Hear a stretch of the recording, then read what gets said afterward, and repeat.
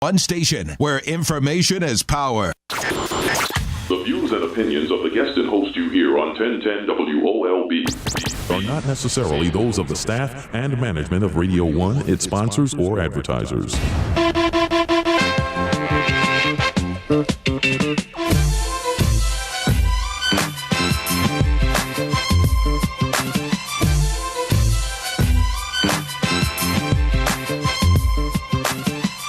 Yeah. It's your boy RG. It's your girl, Lady Merc in the house. And this is DJ Carell. And you're listening to H.A.N.D Radio. H.A.N.D Radio is brought to you by Earn Not Giving Entertainment, where we cultivate minds through intellectual discussion on important issues that affect the community. But first, let's go to the news. Lady Merc. Yes. Welcome back. It's H.A.N.D Radio. Once again, it's your girl, Lady Merc in the house. Let's start off with your local news. Mayor Catherine Pugh. She did a proposal for free community college students to go to Baltimore City Community College. And the council membership considered $1.5 billion to the mayor so they can push for the students to start going in 2018. This is a good look for our youth and for most importantly our community. If for whoever is graduating, if you focus and you serious about college and education, please approve this like movement that she's doing for the youth right now. So shout out to Catherine Pugh right now, mayor. Shout out Baltimore. World news: Donald Trump. Yo, if I don't know if you guys been tuning in or not, because first of all, let's just talk about Virginia for a second. Shout out to Virginia for that massive kind of like white supremacy blowout that a lot of people kind of died from as well, and Donald Trump didn't speak on it for 2 days, and then Nazi kind of like, yeah, you better not say nothing about it because we kind of pay for your presidency and we sponsor you, so you better not turn on us. So he waited 2 days and kind of turned on Nazi, but didn't really speak on the Virginia people who died, and now he's talking about sending weapons to Ukraine. So I don't know if you guys heard about this, but right now he's talking about sending weapons to Ukraine. So he's making like a worldwide war to different countries. First was North Korea that we talked about the other week. Now it's Ukraine. And now he's not really talking about the citizen in the United States that he's supposed to be protecting as the CEO of America. How y'all feel about that real quick before I go to the entertainment? Because I think we need to wake up as a community and just focus on our own communities and trying to better ourselves. But we already know he's crazy. Right. But it's hard to, right. He's proven that. It's hard to do it when he's like got like 3,000 Russian troops, you know what I'm saying, on the territory. So it's like people on our land that's not supposed to be on land. So it's going to start a nuclear war, I feel like, personally. And I hope they could. And I hope it don't get to that point. Yeah, but if it got close, this is the gentleman right here that would get us there. I mean, exactly. It's not cool. Exactly. It's definitely not cool. Everyone won Obama's back. If he can win the third time, like we would vote for him the third time. Like no seriously. But I don't think the president is the answer. I think we are the answer. We are. Okay. We got to come together, and we got more power in numbers. We just got to stick together. We can do more than they think we can do. We just got to believe it too. We got a voice. Yeah. Yes. So entertainment news. Shout out to Colin. Yo, this man. Let me talk about. He's a real one. Yo, let me talk about Colin. Right. First of all, they try to like blackball him and not let him play in the games because he took a knee for what he stood in and believed in. Right. And shout out to him because you have the right to stand up for what you believe in. I don't care what anyone says. You have the freedom of speech. They're not trying to sign him to a team. Exactly. So he took a knee for what he stood up for, and shout out to him for donating $34K to J. Cole Dreamville.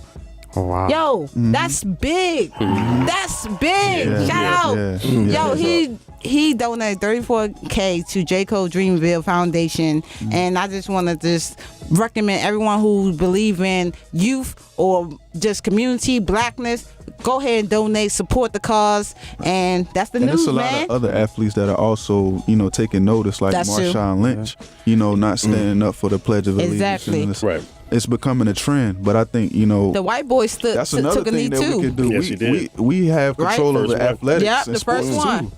we got so much power in the Yep. in the NFL and the NBA. We could do something. We could create our own league. Exactly. But I ain't even gonna go into that. That's a whole other topic. Take it back. Yeah. No, But hold man, up. Right. bro. Hold up. Right. Since we talking sports, I gotta say something Go about ahead. the Kyrie trade. Go ahead. Crazy. Yo, he Yes. went to the Celtics. Yeah, I heard about that. He's not LeBron right hand man. Well, who LeBron going pass to? I mean, but then his again, team. he got Isaiah Thomas. He got Kevin Love. Yo, but you gotta he understand got the Derrick team. Rose. But they not on the level of where he's at. And I'm sorry, no, who on LeBron's. Oh, I mean, Kyrie not on LeBron level. What you saying? I feel like honestly, Kyrie was the only person that was close to LeBron level. And now that he's going to be switched over to the Celtics, he ain't gonna really had nobody up to that par. And that's just I real. have to It's gonna agree be with an that, interesting Lacey. That's just season. real. Yeah, they I'm got with a few that. good pieces in return. Though. You think so? Yeah, I think so. We'll see. Yeah, They got a draft pick. Yeah. they got Jay Crowder. Okay. I don't know the other guy. Isaiah Thomas. You don't know the other guy? Isaiah Thomas, yeah. but the other The other piece. player. Oh yeah. Oh Piece of my that puzzle. God. He's an unknown. But He's unknown. He's unknown. So yeah, go back to the classes. Waiting. Yeah, once again, this is DJ Carell on the mic. So, first, we got a refund and cash application specialist at U of M Community Physicians Group in Linthicum, Maryland. We got a practice assistant at University of Maryland Medical Center. We got a patient ambassador at Sodizo Incorporated. We got a service coordinator at Mosaic Community Service in Timonium. And lastly, we got maintenance shop clerk at Republic Services in Baltimore, Maryland. Hey. So please apply. Yeah, man. Apply. We Yep. need to bring our people up in Yep. the community. Shout out. Right. We all Yep. need jobs. We all need to Yep. make that money. So That's right. please Go get that job. apply. Exactly. Exactly. Ain't nothing wrong with getting a job, man. Gotta Yeah, my have it. job hiring all the time, man. They'll never stop hiring. So up next, we got my man Tommie Lyons with the Healthy Outlook. Hey, Chef Tommie. What's going on, Baltimore? This is Chef Tommie calling in. Today we're going to talk about the healthy tip. Today is going to be talking about how to keep your food safe. You know, food can become unsafe when it gets contaminated from variety of sources or points. Like it can get contaminated at the farm, from the soil, from sewage water. That's why it's so important to have the right kind of water going on to whatever you're growing, plants, animals, and humans. It can be contaminated. So contaminants are divided into the three categories. Biological, so we're talking about bacteria and viruses. You're talking about chemical, so you're talking about cleaners, pesticides, items like that. Physical contaminants could be anything from bandages from someone working in the food service area to hair. You know how we hate if somebody brings us a plate and there's a little piece of hair on there. Yep. Oh, that's a physical free meal. contaminant. It should be more than a free meal these days. Yeah. Because that can really get you sick. It really can. Oh, You know what wow. I'm saying? Because the staphylococcal, which is that comes from hair or from your nasal passages, or how people rub their eyes and stuff, and then Yeah. they don't wash their hands and whatnot. Pink eye. These are the kind of things that's going on in food service today. So we have to be very careful about what we do at home also, because at home we could have cross contamination going on. Like say for instance in your refrigerator, if you have a meat protein like chicken above ready to eat food, which is there could be fruits and vegetables like right below it, then there could be chicken drippings going down on that fruit and vegetable, and it could be contaminated just like that. It's so easy to do. Wow. Right. So we just have to keep an eye and be really cognizant and understand that our food is so important. That's like cross contamination. Almost that's just it. like It is. Yep. It's considered cross contamination when you have something like that. Raw animal foods going on to ready to eat foods. Yeah. You know what I mean? Okay. Because like salads. Those are the kind of things. Poor cleaning and sanitizing happens when we fail to clean and sanitize equipment the right way. That's true. true. I mean, cutting boards. If you're cutting food at home, say for instance you start off with the meat and you wipe it. You just wipe it off. That's not going to get it. You got to use a cleanser product. Okay. To wash it, then to actually sanitize it. It's a two-pronged situation going on here. You know, I mean, they thinking sanitize is just one. It's just one process. No, you have to clean it, wash it, and then actually sanitize it. See, some people just wash and rinse. Exactly. And There's another step. There's another step to it. There's a step to it, which means another I'm product. gonna keep it funky with you. I know. All right. I understand. But see, that's when if they don't wash it enough or with enough hot water or whatever case may be to help kill the pathogens that are there, then your family's at risk. Okay. You see. That's what I'm saying. Let me ask you a question, Chef. Yes. So how long could food sit out that's already been made? If say it's already been prepared, right? And it's kind of like leftovers. Because I've done this on a couple different occasions, where the food we already ate, dinner's over, right? And I may doze off and fall asleep without putting the food away. Oh, right. And then I jump up. Understood. I jump up, and when I jump up, it's 7 in the morning, and I'm like, the food been out all night. Yeah, is that like totally? You got to throw it away? Yes, you do. Have to, no matter what it is. Guilty. Well, one of the things is, we're talking about time and temperature. I put it in my sensitive food. It's time and temperature sensitive. That's what we're talking about. Food is time and temperature sensitive. So that means that there's a time frame. Like if you got something hot and you probably didn't put it away because it was still warm. So, there's a temperature on that food. So, you got 6 hours to cool it down. 6 hours. It's a 6 hour window to cool that food down. The first 2 hours, you want to get it down to 70 degrees. And then you got 4 hours to get it from 70 degrees to below 41 degrees. See, which is not a hard thing, but like you said, if you make a mistake and fall asleep, and you know what I'm saying, you wake up and it's 7 o'clock in the morning, you had that food out there, it's at your own risk. You know what I mean? Me, I've done it. I've done that too. But the first thing I do, I have to 86 it, which means get rid of it. Throw it away, right? Yes, I hate to do it. But yes, that's probably why my son's stomach was hurting last week. Yeah, you see what I mean? No, I'm joking. But it can happen. So so today that's what we want to talk about. We want let folks know that take care of your products. Right. Take care of your food stuff because that's the most important thing in the house. You know what I mean? You try to make sure the family is nourished, but we want to make sure that the food is taken care of correctly and everybody's good to go. Right? And that's my healthy tip for today, folks. Hey, Chef Tommie. Tip of the day. You know what I'm saying? Stuff that we really wouldn't probably pay much attention to, but it's very important because, like you said, definitely. Contamination is important. Bacteria and all that good stuff. So let's get into this topic. Yeah. On today's show, we're going to be talking about crime, but we're going to be talking about it in a different kind of way. We're going to start with talking about how strong family foundations can protect you from a life of crime. But before we get into the topic, I want to introduce my guests. I have 2 guests on the show today. First, musically, Jay Luv is notably recognized for his opening verse on the hit song West Side Certified. Hey. Nice. He has recent features on Little Scooter's mixtape Live from the A. In the past 10 years, he has released several music projects, performed in numerous shows, and collaborated with artists such as Jeff Majors, Little Scooter, and Hazel Boy Smoke, just to name a few. Jamar Hines, also known as Jay Luv, Mr. Hines has a mission to effectively reach young black men through his music and community work. Jamar works with his brother who founded Audacity of Hope Behavioral Health, a drug treatment center to assist adults who experience substance abuse and mental illness and homelessness. Welcome. Welcome, Jay Luv. Thanks for having me. Appreciate the opportunity, and I'm here, man. Let's talk. Hey. So also on the show, we have another great guest. His name is Mr. Harold Strickland. He's a father of 5, a retired intelligence officer from the Department of Defense, a former military intelligence analyst, and also a former counterintelligence agent, a graduate from the University of Costa Rica in San Jose, Costa Rica, and a master's of clinical psychology at Marywood University in Scranton, Pennsylvania. How you doing, Mr. Strickland? Hey. I'm doing good. Hey, right. Welcome to H.A.N.D Radio. Welcome to H.A.N.D Radio. Woo! That's right. It's good to be here. Excellent. So let's get into this topic. Let's get to the nitty gritty. I'm gonna start with a few statistics. Okay. So 72% of children who are born out of wedlock. So there are 72% of children that are born out of wedlock.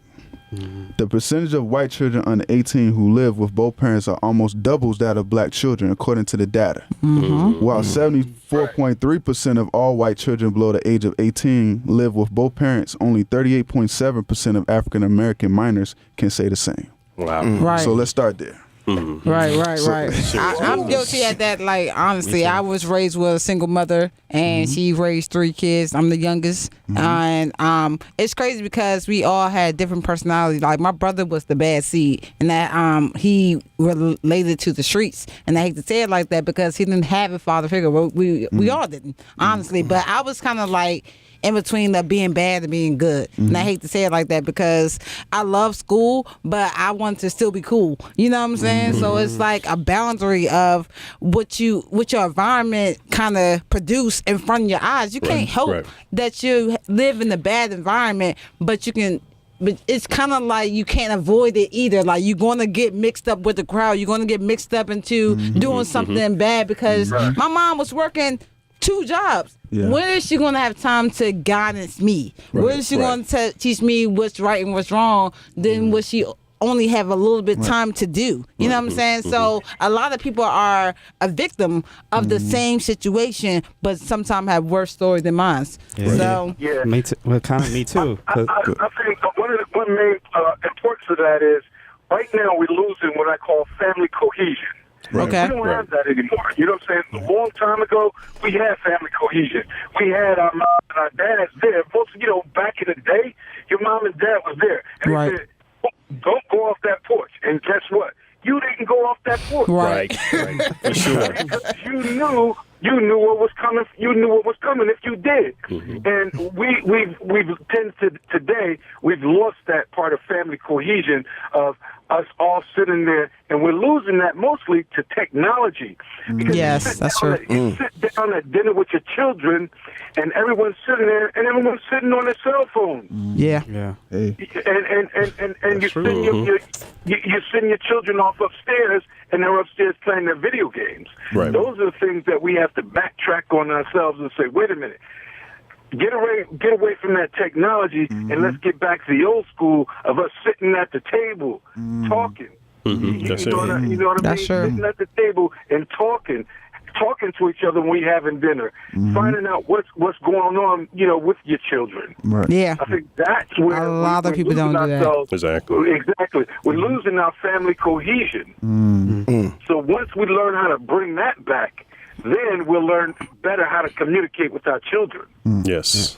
So, Jay Luv, real quick, when you was growing up in West Baltimore, I know there's a lot of crimes going on in that particular area. Did you have a strong family structure to kind of guide you into the right kind of right and wrong, or distinguish right and wrong path?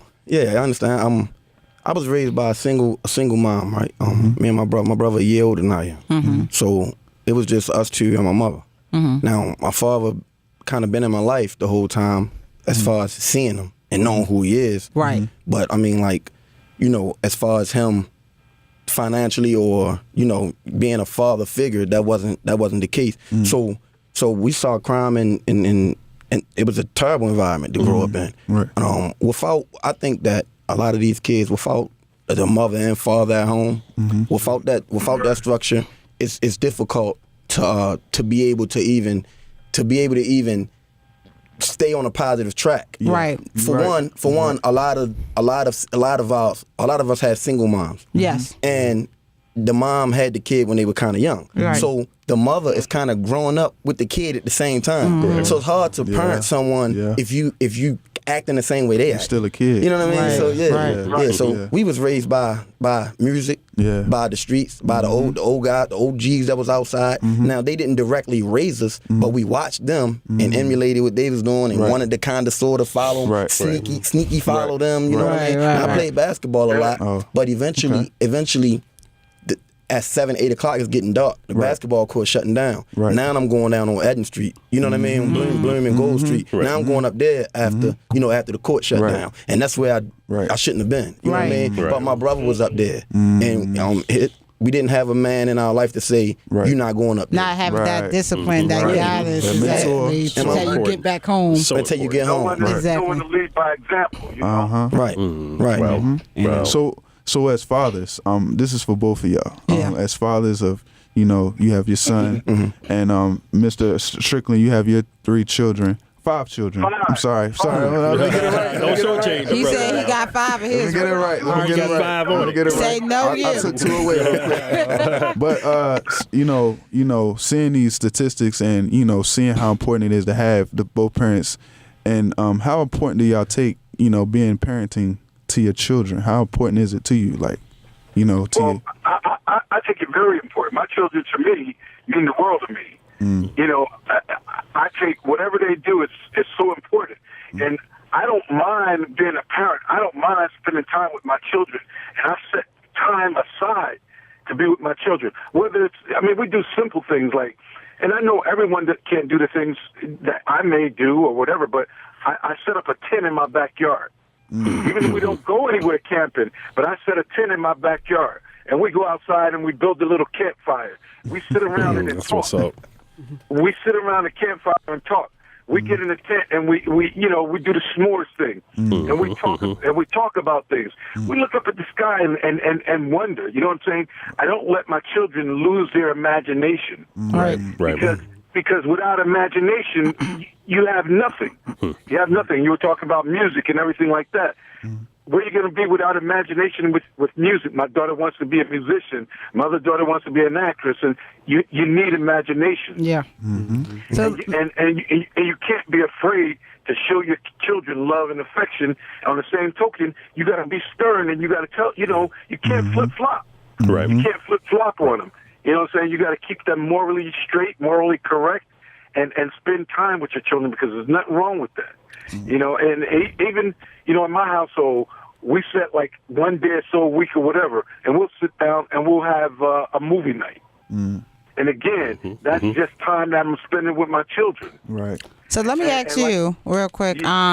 Being a military man, do you think you using the discipline rules to enforce what you have to apply to their lives, and so they can behave in a certain good manner? That's true. A lot of my disciplinary actions come from me being in the military. I spent a lot of time in the military. My father was in the military. I have a brother that was in the military. And I don't try to treat my children like soldiers, because they're children. Right. But I know children, they follow by example. So we need to lead.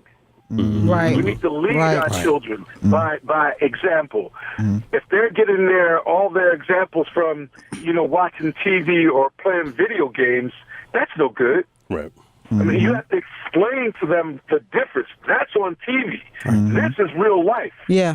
This is real life. That's paramount. He's right on it, exactly. That's paramount. Exactly. Because they watch all this stuff on TV and they're playing these video games. That's not real. Right. This is real life. I grew up in Newark, New Jersey. All right? All around me was crime. All around me was this and that and gangs. And, you go down to the street corners and everybody standing on the corner drinking a 40. So I had to look back to my dad. And my dad is saying, okay, this is the example that you should be. Right. Right. And everyone does not have a dad to show you that example. But me, as a parent, I have to think back, okay, this is what I went through. I know children today have a hard time in the streets. I know that there's a lot of families out there that do not have family cohesion. They don't have a mother and a father to show them proper ways to behave and examples. But we have to start in the home. Your children's training starts in the home. That's it. Children learn violence in the home. Yes, they you do. got to take the violence out of your house, out of your home.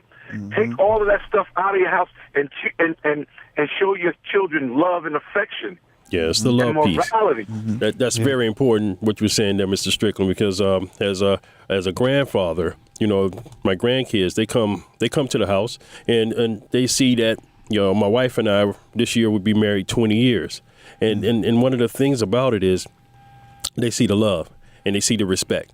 And my grandson, Brandon, who's 11, would say, wow, I don't never see you Pop and Nana, fighting it or arguing and whatnot. One of the things is when we're talking about showing love to each other, then the kids can understand what a real relationship is supposed to look like and feel like. Home may not be exactly that for them, but when they come over to our house, they see what a real relationship between a man and a woman should be like, and then they can understand as they develop. And I take a lot of pride in that. That's very important. That's right. I also think it's very important as well, because speaking from personal experience, my parents are together, and I was born out of wedlock. So, and my father, he's from Jamaica, and me and my mom, we were originally from Jersey, and just growing up, of course, it was difficult, not seeing my father every single day, only on certain holidays and stuff like that. But, I still saw that love. And sometimes when you have parents that that are not even together, and you end up having step parents, it's always good to still have mother and father having that love to get for each other. Yes. And basically they have to have that love for each other because of the child, meaning me. And now, 20 years later, I end up having a little brother who's 4 years old, who I love dearly, and I also got 2 other stepbrothers. And it doesn't matter who it doesn't matter who's the father, who's the mother, you still gotta have that love. Yeah. You shouldn't even you shouldn't believe in step, you know what I'm saying? Like, that's still your brother, that's still your son, daughter, whoever. It's all about love, you know what I'm saying? So right. So speaking of that, we talked about how important it is to have that strong family foundation. So I'm gonna go take it a step further to talk about the next thing I wanted to talk about. What values and morals must we instill in our youth that can be taken with them when they're subject to negative peer influence outside of the home? So I'm gonna go to you, Jay Luv, because you got a son that's starting high school. Yeah, Delaney High School. Yeah. It's all high school is big. Yeah. That's big. Yeah. So what are some of the conversations you have with him? When he's taking that next step to that high school level. Right. Yeah. So I've been kind of preparing for this. He been with me for we're going on 5 years now. Okay. So I've been kind of preparing, like, it's going to be a time when you go to high school, and I know for an 8th grader, when you first go to the 9th grade, it's a big shock. Right. You know what I mean? The locker rooms smell different. The bathrooms stink now. You know what I mean? Like, they don't care about you in the cafeteria or nothing. Right. So I knew he was going to go through that. So I always, like, even in the 6th, 7th grade, I always preached to him about, being a leader, being first to say, no, I ain't doing it. Or not being afraid to say, nah, I'm all right. Or like being like, having some courage. Like you're not soft because you don't want to hit the blunt. You know what I mean? Yeah. Right. It's like you an athlete, so I don't smoke. Like when the situation come up, don't be shy. Be the first one to say, nah, I ain't smoking, I'm all right. And eventually, now he see how I am when I'm communicating with my peers, or when I'm if I'm coming through if I'm in the hood and he with me, he see how I act. You show him that. Yeah, I show him that. Look, I'm a leader. I'm not concerned about nobody's going to pressure me to do anything. Right. Now I was thinking about this when you're that age. If you have kids around you that's a lot older than you are, then you tend to probably fall to that pressure. That pressure is a lot stronger when it's coming from an older kid. Yeah. But like I teach Jamal that it's no pressure no more because you know how to fight it off. You know how to fight an older bully off. You look at him, you know what type of guy he is. Right. Okay, I'm gonna get away from him, or I'm gonna let him know that I'm not a follower.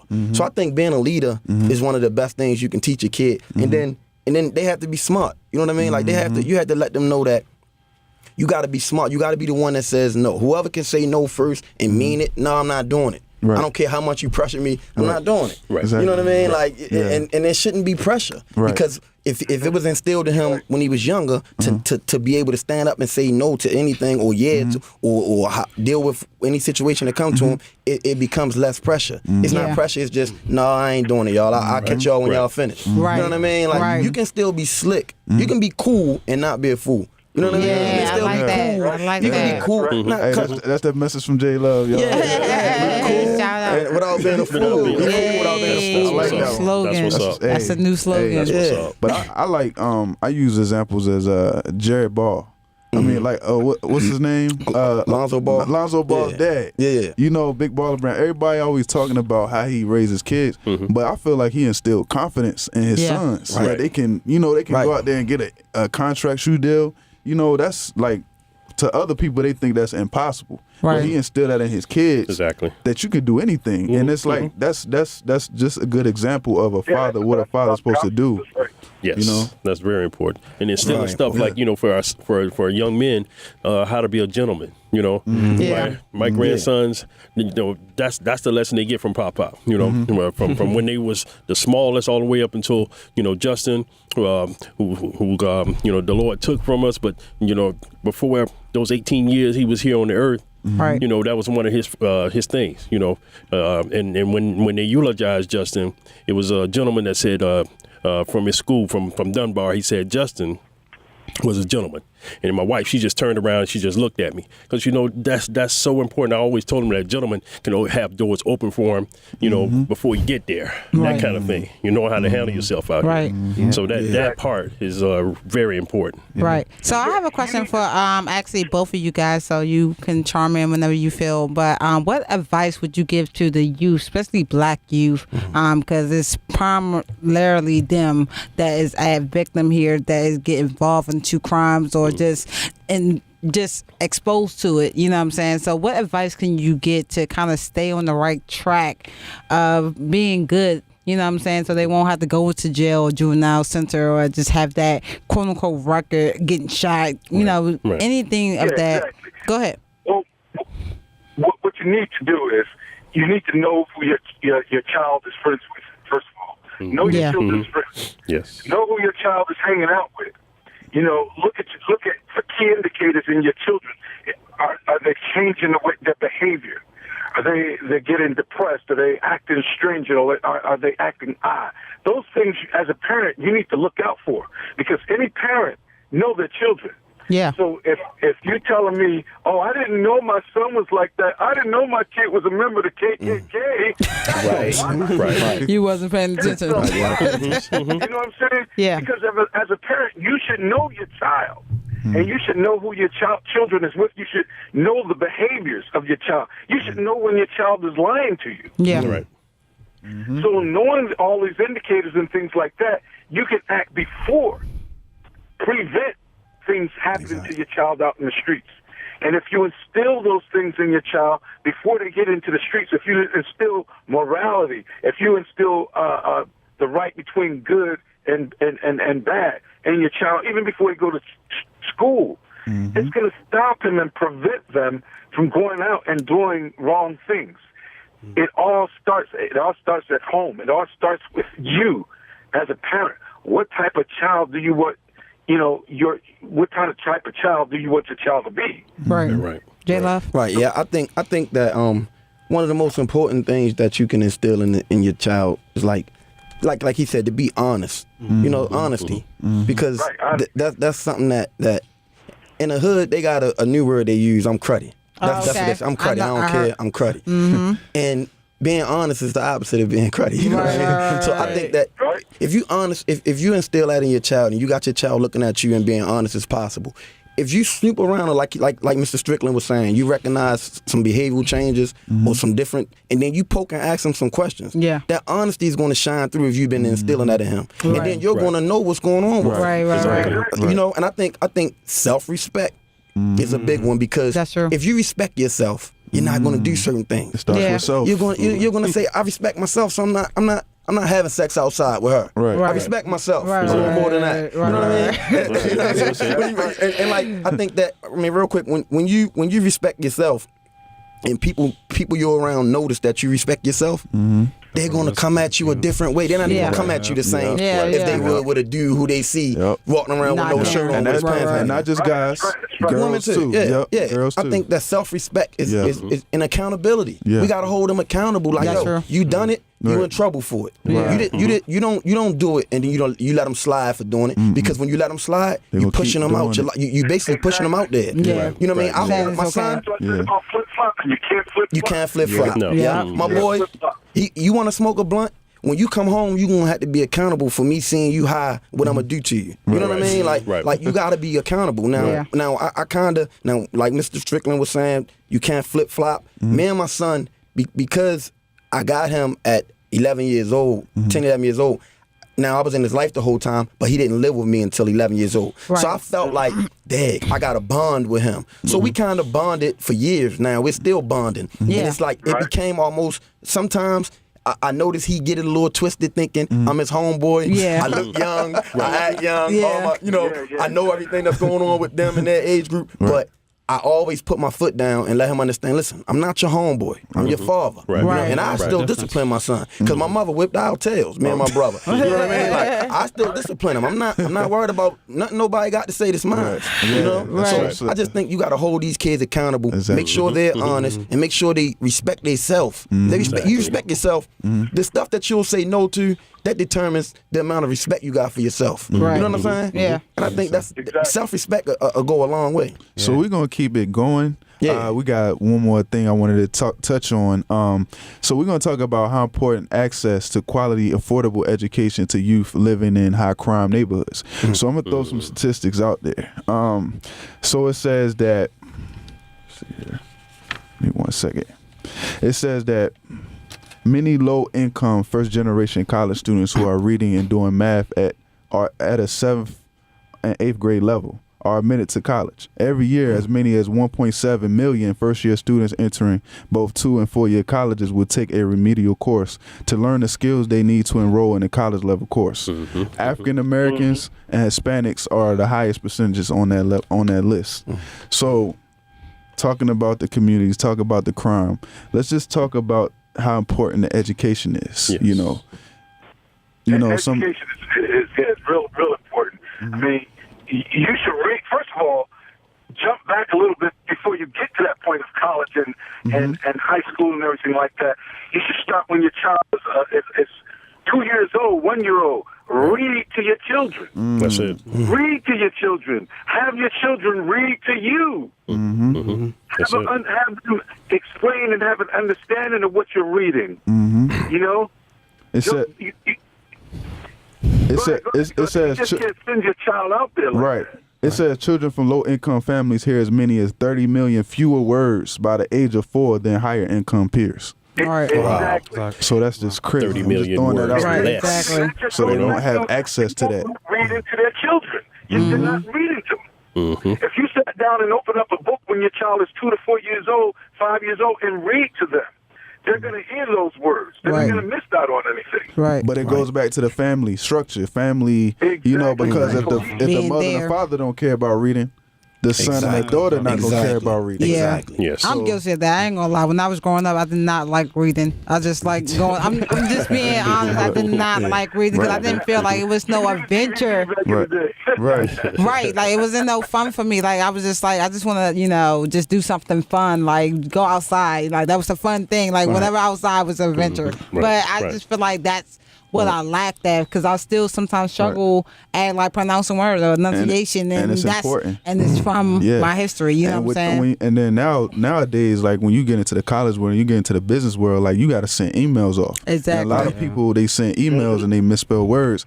And some people say you applying for a job or anything. If they see a misspelled word, they'll throw you up. They won't even open it. Right. Yeah. And that comes from not reading too. Yeah. Because if you don't know how to spell words, you're going to spell the words wrong in the email when you send it to a prospective job that you want to apply for. So and that's why education is the key, really. Yeah. And if you if you don't have education, I don't know what to tell you, really. Yeah. Right. That's it. I mean, you can say education, but we talking about a quality education. You know what I mean? Like a quality, not only quality, a quality affordable education. Yeah. You don't. It's rare. It's rare to find a public school that's giving you a quality education. Exactly. You know, in Baltimore, I'm gonna say because I mean, a friend of mine, his daughter is around the same age as my son, and she goes to a private school where he pay for her to go to school. Now this has been going on for years now, and she actually stays on the campus of the school. Right. And she's only in the 8th, 9th, going to the 8th grade something, and she come home on weekends. But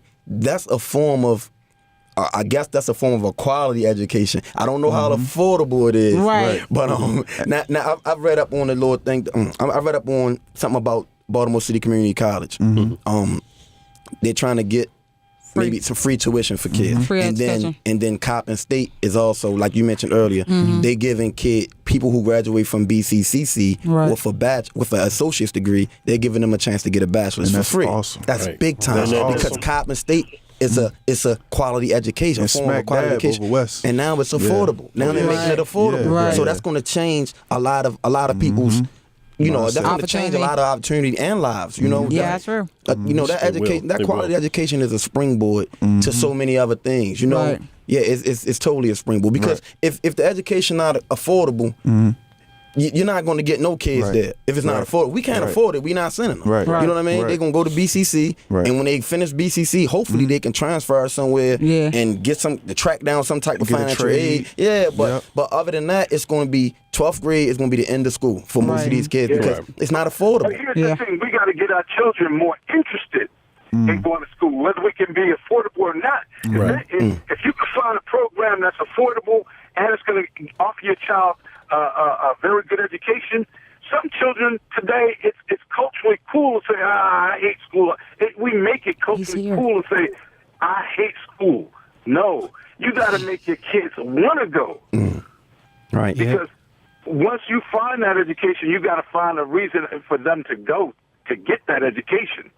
I just want to say a few more things. I just want to say that, like, just touching back on what Jay Luv was saying about quality. One of the another things that we got to worry about is, we got to give a special shout out to Catherine Pugh because she's really fighting for the community. And then you got to think about the governor, Larry Hogan. He's a Republican, and you know about Trump. They trying to promote these charter schools, so he actually took funding from the public schools into reinvesting into these charter schools. So they trying to eliminate public schools altogether.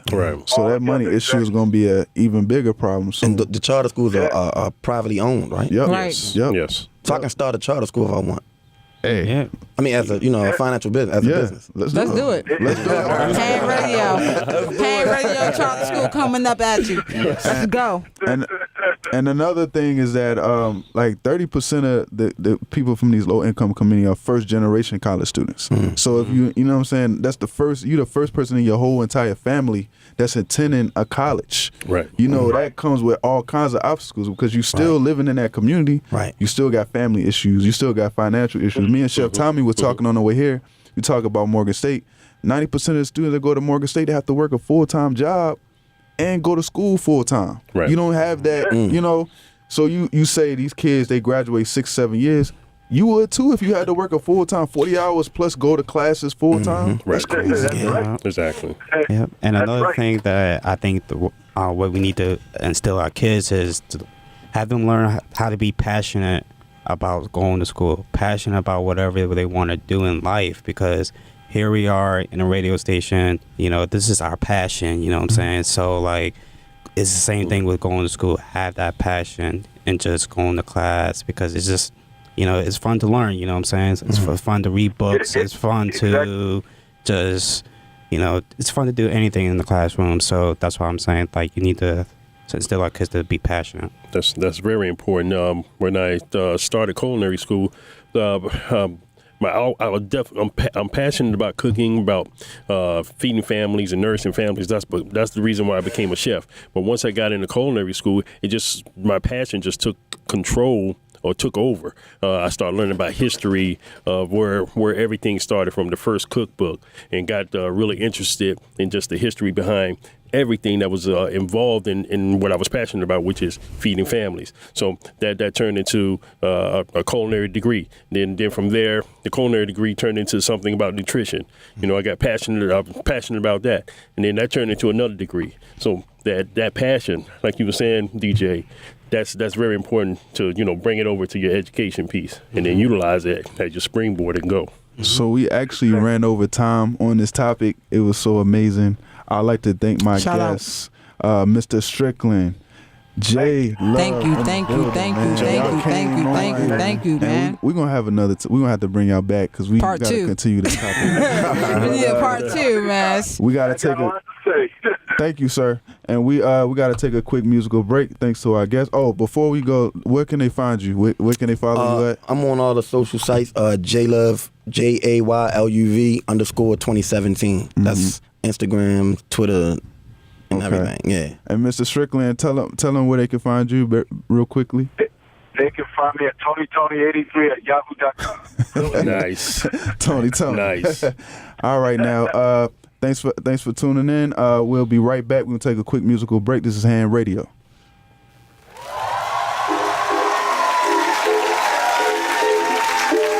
So I met this young lady, you know. When I went back home, I was trying to spit my best game to her, you know, give her my best cap, but she kept on snapping her fingers like. I said, you know what, girl?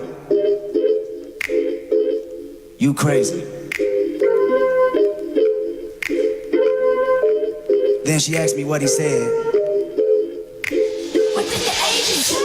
A peace of mind, that's what the Asian said. I needed divine intervention was his religion, and I was surprised. And believing in Buddha, me believing in God. Asked me what am I doing, he said taking my time. Meditation is a must, it don't hurt if you try. See, you're thinking too much, plus you're too full of yourself. Worried about your career, ever think of your health? What did the Indians say?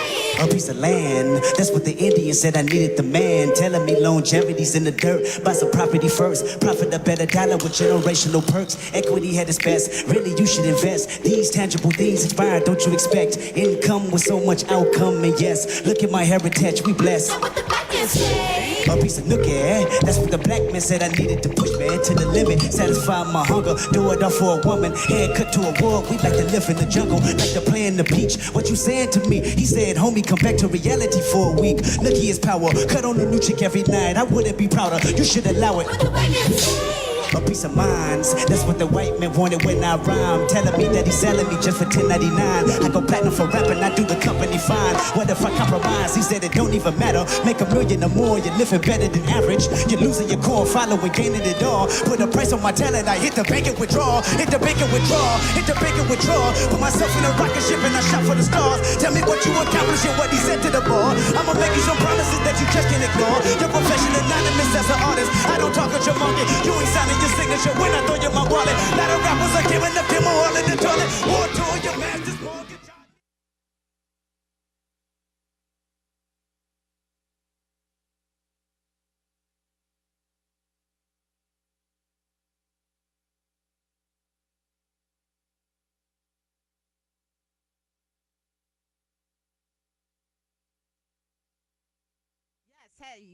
Oh no. He gave me the head no. Yes. Welcome back to H.A.N.D Radio. It's your girl, Lady Merc in the house. It's your boy RG. This is DJ Corral. Yeah. So you know what time it is. It's called for the moment of the spotlight. Hey. Yeah. Heard we got a poet in the house. We man. do. It's a poet month. It's a poet named Nate. Introduce yourself, my man Nate. What's up, y'all? My name is A Poet named Nate. A Poet named Nate is all one word spelled correctly. So follow him everywhere at A Poet named Nate. So shout out to you. Thank you for coming on to our show. Thank you. So before we get to the nitty gritty of the question, I want you to speak a little something for the people.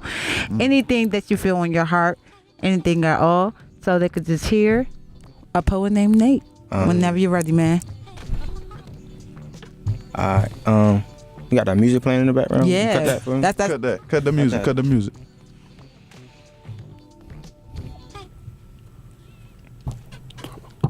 Oh yeah. She loved him. She saw all the great possibilities, nurturing his insecurities. See, she believed that her dreams had become realities, as if she woke up still in a dream. But thanks to Leonardo, she found out that this was just inception, a misconception, and it was then that she realized that she knew she was wrong. And that's what hurt her the most. You ever pour a bowl of cereal to find that there is no milk? See, he was the PB, she was the jelly, trust was the bread, and they had no trust. So they were still not together. So by the time they got bread, there were already plans for it to be toast. And that's what hurt her the most. See, she became a detective of sorts in Angela Valdez, and that's when she realized that she already knew that she was dating a ghost. and she had evidence.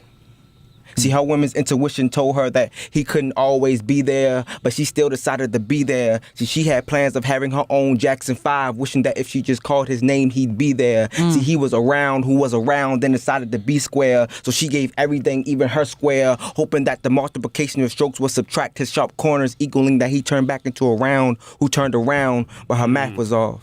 And the plane had already taken off. See, he had already seen her with her clothes off, and she wasn't the type of girl who liked to be shown off, even if she was paid, so she stayed. See, she didn't want her body to have many men. She claimed him as her man, even though he was acting like a kid again. She felt so isolated, like the cast members on Gilligan's. Wasn't a big deal to him. See, he told her to chill. See, to him, she was always hurt like Bradley Bill. Thought he was a Superman, not a coward. Went from Orlando to L.A. looking for a shack, but all she found was a Dwight Howard. See, Houston, we have a problem. So by the time that relationship reached Atlanta, she already knew that she was going to be a hawk. See, now she's a thorn in his ass in Charlotte, but too good of a woman to become a harlot. See, she didn't trust him, but she loved him. And what's love got to do with it? Got to do with it? Nothing. But that was her excuse. Oh, nice. That was deep. Deep, right? That had many Deep, levels to right? it. It was like, whoa. See, the thing that I love about your poems, Nate, is that it tells a story. And so what is your passion? Like, what is your message that you're trying to, like, get across to the audience of your poems? The anticipation of love poems, like... yeah, my upcoming book coming out next year. Yeah, we're going to talk about that, too. Love poems. Yeah,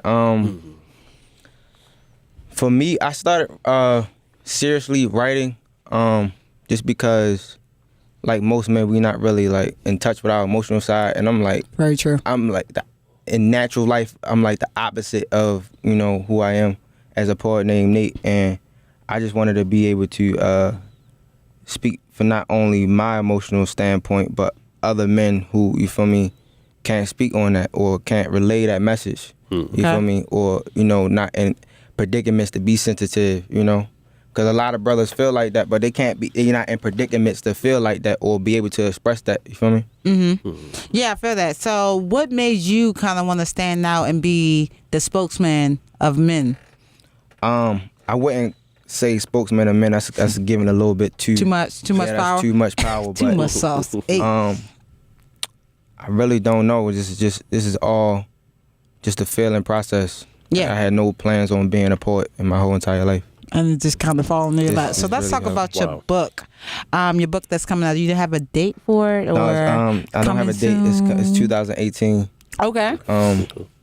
But that's just it's the way I'm saying it right now. I'm really anal. Real talk. Like a lot of my core team, they call me Kanye, Diddy, and when I'm working. Okay. I'm just so anal about how I want things and how I want things done. Perfect, right? And yeah, so it might be. It's scheduled to be out in 2018, but if it's not the way I want it to be, it'll get pushed back. So what's the book about? Like, I know it's going to be full of poems, but what is the backbone purpose of this book? What do you want people to get from this book? The book is called Anticipational Love Poems, which I actually found out anticipational was not a word. I actually made up a word, so I feel like on some Shakespeare. Hey. So it's called Anticipational Love Poems, and when I first started and I really started performing, I wrote this piece called Anticipational Love Poem. Right. And today, I guess you could consider that my best piece to date. That's the piece that everybody likes to hear the most. And once I, continue writing, and because I really don't write, it really gotta come to me. Like I really can't like sit down. You like write a poem. I can't write a poem. Right. I couldn't write a poem right now unless it just. Unless it just happened. Yeah. I can't force it. So when it came, I got a slew of other poems that fell in that same lane of anticipational love poems. So I got this book called Anticipational Love Poems, which basically is just speaking on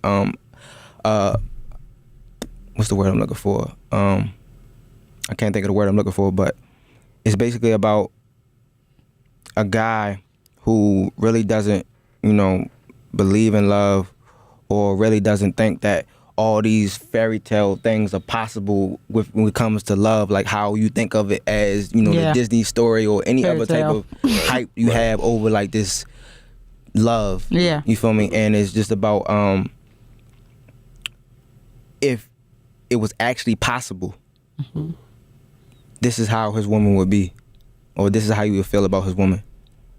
That's actually deep. Have you ever been in love before in your own personal life? To like inspiration of these poems?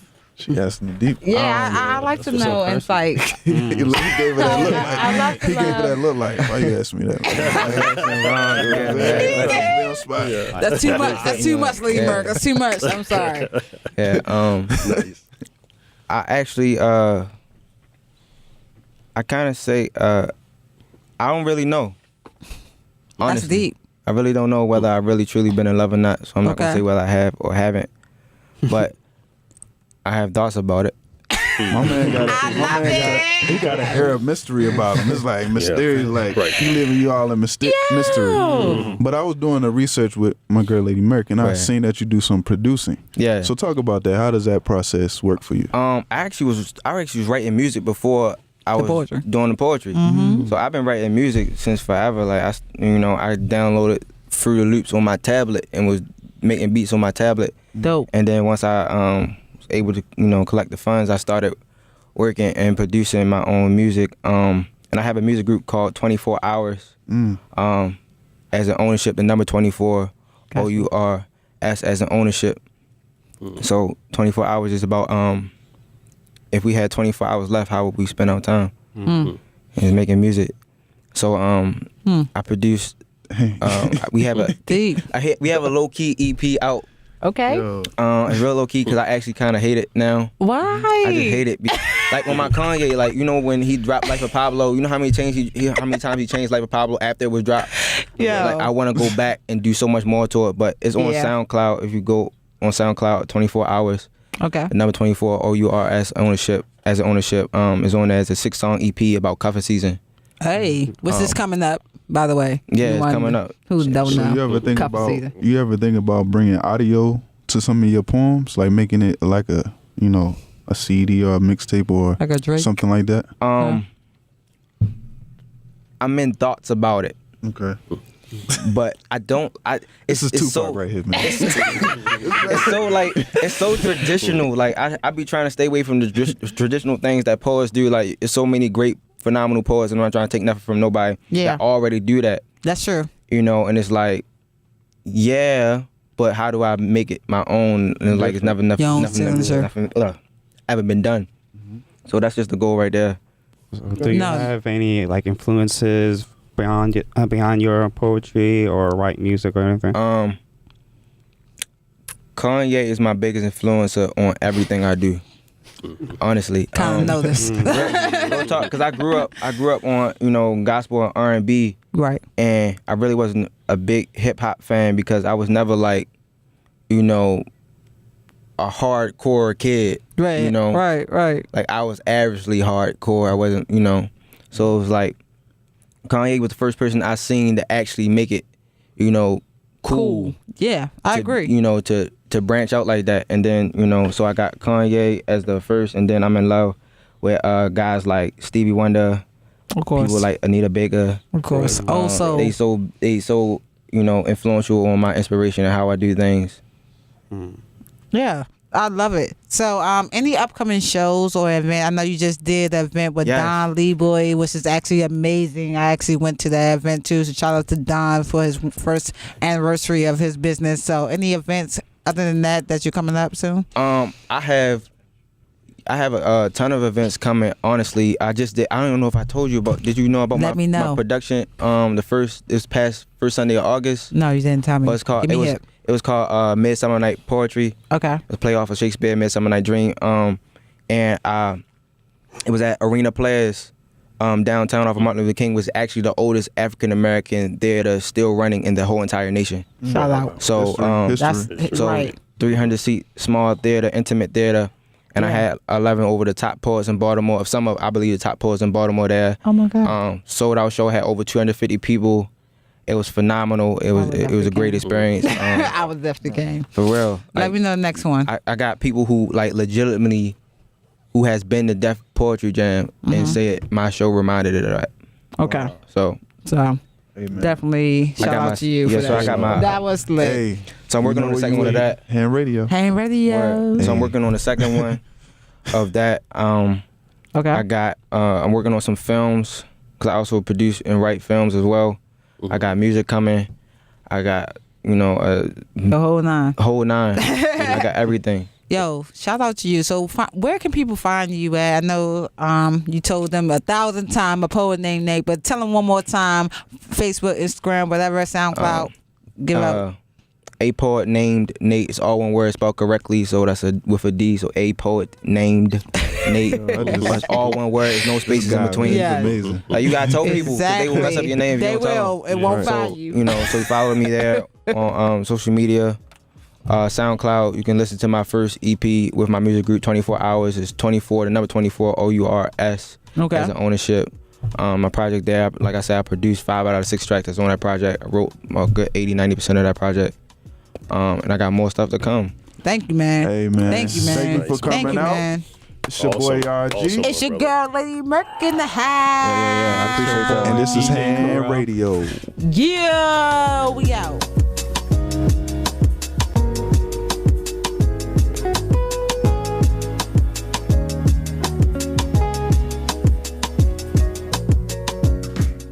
This is Reverend Al Sharpton.